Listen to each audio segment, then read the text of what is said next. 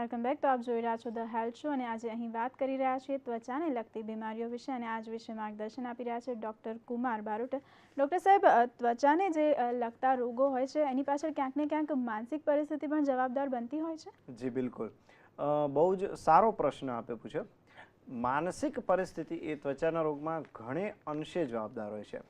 કારણ કે મેં હમણાં જ વાત કરી કે ભાઈ ત્વચાના બે મુખ્ય લક્ષણ છે. એક તો છે ત્વચાનો રંગ કે દેખાવ બદલાવો, અને બીજું છે કે ત્વચામાં ખૂબ જ ખંજવાળ આવે. હવે ખંજવાળ આવવાને લીધે વ્યક્તિ વ્યગ્ર બને છે, વ્યથિત બને છે, અને તેની પહેલી અસર મન ઉપર થાય છે. આ ઉપરાંત તે પોતાના દેખાવને લઈને પણ આજકાલ લોકો બહુ સજાગ હોય છે. તો પોતાની સ્કિનના જે દેખાવ છે એમાં એ પણ જો બગડે તો લોકોને નથી ગમતું ને એની અસર પણ મન ઉપર થતી હોય છે.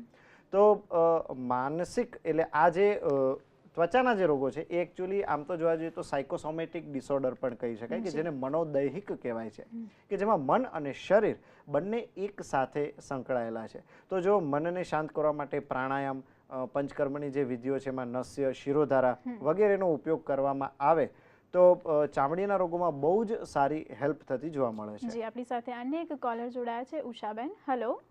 હા, આપનો પ્રશ્ન જણાવશો? હા, નમસ્કાર સર. હા, નમસ્તે બેન. હા સર, એવું છે કે મારો બાબુ છે 14 વર્ષનો. હવે એનું હેલ્થ સારી છે, થોડો હેલ્ધી છે, અને એને ખભા પર અને કમર પર બધે સ્ટ્રેચ માર્ક આવી જાય ને એવી લાંબી લાઈનો થઈ ગઈ છે. બરાબર છે. હવે હેલ્થ સારી છે એવું એમણે કીધું, એટલે કદાચ ફેટ પણ વધ્યું.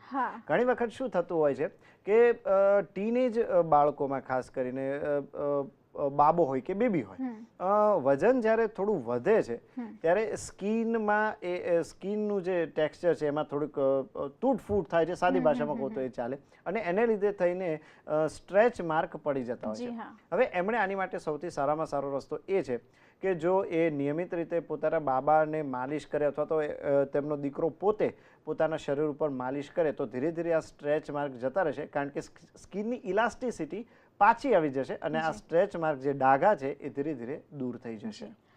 તો આ જે સ્કિનને લગતા રોગો છે એમાં પંચકર્મ કેટલી અને કેવી રીતે મદદરૂપ બની શકે એ થોડું વિસ્તારપૂર્વક જણાવશો અમારા દર્શકોને? જી, પંચકર્મ એ સ્કિનના રોગોને દૂર કરવા માટે બહુ જ મહત્વનું એક થેરાપી છે, એક ચિકિત્સા કર્મ છે. પંચકર્મમાં વમન અને વિરેચન આ બે મુખ્ય કર્મો સ્કિનને પ્યુરિફાય, જે બ્લડ પ્યુરિફિકેશન માટે વાપરવામાં આવે છે. એમાં વમન એટલે કે દર્દીને 10 દિવસ સુધી મેડિકેટેડ ઘી પીવડાવીને અને પછી એને ઉલટી કરાવવામાં આવે છે. એટલે ઉલટી કરાવે છે ત્યારે એના શરીરનો બધો જ કફ તે ઉલટીમાં બહાર નીકળી જાય છે, અને ઉલટી એ થયા બાદ છેલ્લે પિત્ત નીકળતું હોય છે. આમ એ શરીરની પૂરી રીતે જો શુદ્ધિ થાય વમન દ્વારા તો એ જે રોગો છે તે દૂર થઈ જતા હોય છે. બીજું છે વિરેચન. વિરેચન એટલે કે ઝાડા કરાવવા અથવા તો ડાયરિયા કરાવવા. આયુર્વેદિક કોઈ પણ દવા આપીને જો વ્યક્તિના આંતરડા એટલે કે પેટને સાફ કરવામાં આવે તો જે ટોક્સિન્સ છે જે લોહીમાં ભળી રહ્યા છે તે નહીં ભળે અને શરીરની શુદ્ધિ થશે, અને એ રીતે લોહી શુદ્ધ થશે અને એ વ્યક્તિ સ્વસ્થ અને તંદુરસ્ત રહી શકશે. આમાં વમન અને વિરેચન સિવાય બીજી બે મહત્વની જે ક્રિયાઓ છે જેને પૂર્વકર્મ કહેવાય છે, એમાં સૌથી પહેલા આવે છે અભ્યંગ એટલે કે માલિશ. માલિશનો બહુ જ મહત્વનો રોલ છે. આયુર્વેદમાં કીધું છે કે અભ્યંગમ આચરેત નિત્યમ સહજરાશ્રમ વાતઃ દ્રષ્ટિ પ્રસાદ પુષ્ટિ આયુઃ સ્વપ્ન સુત્વક્ત દાર્ઢ્ય કૃત. એટલે કે જો નિયમિત રીતે માલિશ કરવામાં આવે તો ત્વચા ખૂબ જ સુંવાળી અને સુંદર બને છે. આ ઉપરાંત વાયુના જે રોગો છે જેમાં માથાનો દુખાવો, ઢીંચણનો દુખાવો વગેરે પણ દૂર થાય છે.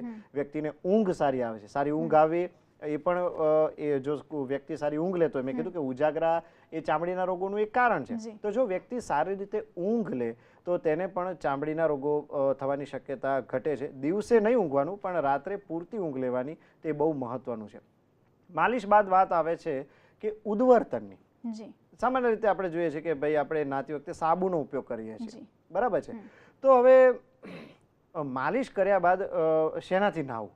તો સાબુને બદલે જો ચણાનો લોટ, છાશ, હળદર, મેં હમણાં જે વાત કરી તેનો ઉપયોગ કરવામાં આવે અને ઉભે રૂવાડે જો એને ઘસવામાં આવે તો તેલ તો નીકળી જ જશે અને સાથે સાથે સ્કિનની ઇમ્યુનિટી પણ વધશે. બરાબર. તો ઉદ્વર્તન કફ હરમ મેદ સહ પ્રવેલાયનમ સ્થિરીકરણ મંગાનામ ત્વક પ્રસાદ કરમપરમ.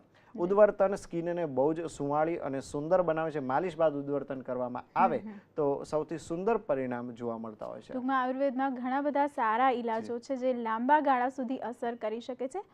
એક એ પ્રશ્ન પણ પૂછવા માંગીશ કે ક્યાંક ને ક્યાંક બોડીમાં જે ઓવરઓલ ઇમ્બેલેન્સીસ હોય છે એના કારણે પણ ક્યારેક ત્વચાના રોગો થતા હોય છે? હા, ઇમ્બેલેન્સીસની વાત કરીએ તો આયુર્વેદમાં તો એને ફક્ત વાયુ પિત્ત અને કફની જે પ્રકૃતિ છે તેના ઇમ્બેલેન્સની જ આપણે વાત કરી શકાય કે ભાઈ વાયુ પિત્ત અને કફ જો ઇમ્બેલેન્સ રહે તો શરીરની જે ત્વચાની કે શરીરની ઓવરઓલ જે કોઈ ઇમ્યુનિટી છે તે ઓછી થતી જોવા મળે છે. તો આમ જો વાયુ પિત્ત કફને બેલેન્સ રાખવા માટે મેં વાત કરી તેમ સિંધારણું મીઠાનો પહેલા જ ઉપયોગ કરી શકાય છે. ત્યારબાદ બહારના ફાસ્ટ ફૂડ જંક ફૂડનો ઉપયોગ ઓછો કરો. જે વ્યક્તિનું શરીર દુબળું પાતળું હોય અથવા તો મધ્યમ બાંધાના જે લોકો હોય તે લોકોએ ઘીનો વિશેષ પ્રમાણમાં ઉપયોગ કરો, કારણ કે ઘી શરીરને બળ આપે છે, શરીરની એક એક સિસ્ટમને ઇમ્યુનાઇઝ કરે છે. તો જે લોકોનું વજન વધુ નથી તે લોકોએ ઘીનો છૂટથી ઉપયોગ કરી શકાય છે. આમ વાયુ પિત્ત કફ જો ત્રણેય બેલેન્સમાં હોય તો સ્વાભાવિક છે કે ચામડીના રોગો નહીં જ થાય. જી, એક કોલરનો પ્રશ્ન હતો ડૉક્ટર સાહેબ કે 1.5-2 વર્ષનું એમનું બાળક છે તો એની શિયાળામાં ખાસ કરીને કેવી રીતે એની ત્વચાની કાળજી લઈ શકાય? જી, બહુ સારો પ્રશ્ન છે. 1.5-2 વર્ષના બાળક, આપણે મેં હમણાં જ વાત કરી કે ભાઈ અભ્યંગમ આચરેત નિત્યમ. વ્યક્તિ બાળક હોય કે વૃદ્ધ હોય રોજ માલિશ કરવું જ જોઈએ. હું એવા પણ કેટલાક અમારા આયુર્વેદાચાર્યોને ઓળખું છું કે જે લોકોએ અત્યાર સુધી મોટી ઉંમર સુધી 70-75 વર્ષ સુધી માલિશ કરે છે અને એમની સ્કિન યુવાન જેવી કડક હોય છે, એમાં કોઈ પણ જાતની કરચલી નથી હોતી. તો આમને હું એક જ સલાહ આપીશ કે તમારા બાળકને બીજો કોઈ તકલીફ ન હોય તો એમને તલના તેલનું માલિશ કરી શકાય. અને તલના તેલનું માલિશ કર્યા બાદ તેને મેં કીધું એ રીતે ચણાનો લોટ, હળદર કે દૂધની મલાઈનો ઉપયોગ કરે તો તેમનું બાળક જો ઘઉંવણું હશે તો ગોરું થઈ જશે. અને જો માલિશ 5-6 વર્ષ સુધી કરશે તો અમારી સાથે એવું કહેવાય છે કે જો માલિશનો નિયમિત રીતે ઉપયોગ કરે તો બાળકમાં એટલી બધી ઇમ્યુનિટી વધે છે કે એ બાળકને કોઈ પણ પ્રકારની રસી મુકાવવાની પણ જરૂર પડતી નથી. અને ત્વચાની તો કાળજી લેવાય છે અને સાથે સાથે બોડી પણ ખૂબ જ સ્ટ્રોંગ ઇમ્યુનિટી વધે છે, એનાથી બોડીની ઓવરઓલ ઇમ્યુનિટી વધે છે. તો રસી પણ મૂકવાની જરૂર નથી. તેનું એક ઉદાહરણ હું પોતે જ છું કે મારા મા બાપે કોઈ દિવસ મને રસી નથી મુકાવી, પણ ફક્ત મારા મધરે જ્યારે હું નાનો હતો ત્યારે મને 8-10 વર્ષ સુધી માલિશ કર્યું અને જેને લીધે થઈને મારે આવા કોઈ પણ રોગનો સામનો કરવો પડ્યો નથી. જી, આપણી સાથે અનેક કોલર જોડાયા છે, તેમનો પ્રશ્ન જાણીએ. હેલો ઇન્દુબેન, આપનો પ્રશ્ન શું છે? મારો પ્રશ્ન એ છે કે મારી એજ અત્યારે 35 યર્સ એજની છે. જી. હેલો. હા જી, સંભળાય છે, આપનો પ્રશ્ન જણાવો. અને મને એક એવો પ્રોબ્લેમ છે કે હું કંઈ મુસાફરી કરું અથવા લાંબો સમય સુધી પગ જો મારા નીચે લટકેલા રહે તો નીચે પગની ઘૂંટી સાઈડ અડધા પગ સુધી રેડ કલરના માર્ક કંઈક આવી જાય છે, દાણા જેવું દેખાય છે. બરાબર છે. હવે આમાં ઘણી વખત શું છે કે આમાં કોઈ ખાસ એમને જે મુસાફરી છે એ બહુ સાચું કહું તો એમને મુસાફરી એટલી માફક નથી, બરાબર છે. આ ઉપરાંત મુસાફરી કરે છે તો સ્વાભાવિક છે કે એમનું જમવાનું, ખાવા પીવાનું, સુવાનું બધું અનિયમિત હોય, બરાબર છે. હવે બહારનું જ્યારે મુસાફરી કરે છે ત્યારે ઘરનું તો ખાતા જ નથી, બહારનું ખાય છે. તો હવે જો તેમનો આ જોબ હોય તો તેમણે એ જોબમાં કંઈક એડજસ્ટ કરવું પડે અથવા તો જોબ એમની બદલવી પડે તો તેઓ આ સ્થિતિમાંથી મુક્ત થઈ જાય. અને આયુર્વેદની જે રક્ત શુદ્ધિકર દવાઓ છે જેમાં મહામંજીષ્ટાદિ ક્વાથ છે, સંશમની વટી છે, આરોગ્યવર્ધની છે, ત્રિફળા, હરડે વગેરેનો કોઈ પણ નિષ્ણાત વૈદ્યની સારવાર હેઠળ એમણે પોતાની ચિકિત્સા કરાવવી જોઈએ તો એમનો આ પ્રોબ્લેમ પરમેનન્ટ રીતે જતો રહેશે. જી, આપણી સાથે અનેક કોલર જોડાયા હતા. એમનો પ્રશ્ન એ હતો કે ગોરા થવા માટે શું કરવું જોઈએ? ખાસ કરીને યુવતીઓ તરફથી અને હવે તો કદાચ યુવકો તરફથી પણ આ પ્રશ્નો ઉપસ્થિત થતા હોય છે, ઉદ્ભવતા હોય છે. હવે તો આમ તો કોઈ બ્યુટીને લગતા પ્રશ્નો માટે યુવતી એવો જ કોઈ ખાસ રહી નથી. યુવાન યુવતી બધા સરખી રીતે જ આમાં કરે છે. યુવતીઓ વાળ ટૂંકા રાખે છે તો યુવકો વાળ લાંબા રાખે છે, એટલે એવું કંઈ હોતું નથી. ગોરા થવા માટેનું આમ તો હંમેશા યાદ રાખવું જોઈએ કે ભાઈ વારસામાં તમને જે કલર મળ્યો છે એમાં થોડો ઘણો ફેરફાર થઈ શકે. કોઈ દવાની આડઅસર કે તડકામાં બહુ ફરવાને લીધે, દાખલા તરીકે અત્યારે ઉત્તરાયણનું પર્વ આવી રહ્યું છે, બરાબર, આપણે આ 2 દિવસ ઉત્તરાયણ ખૂબ ઉજવી, મજા કરી.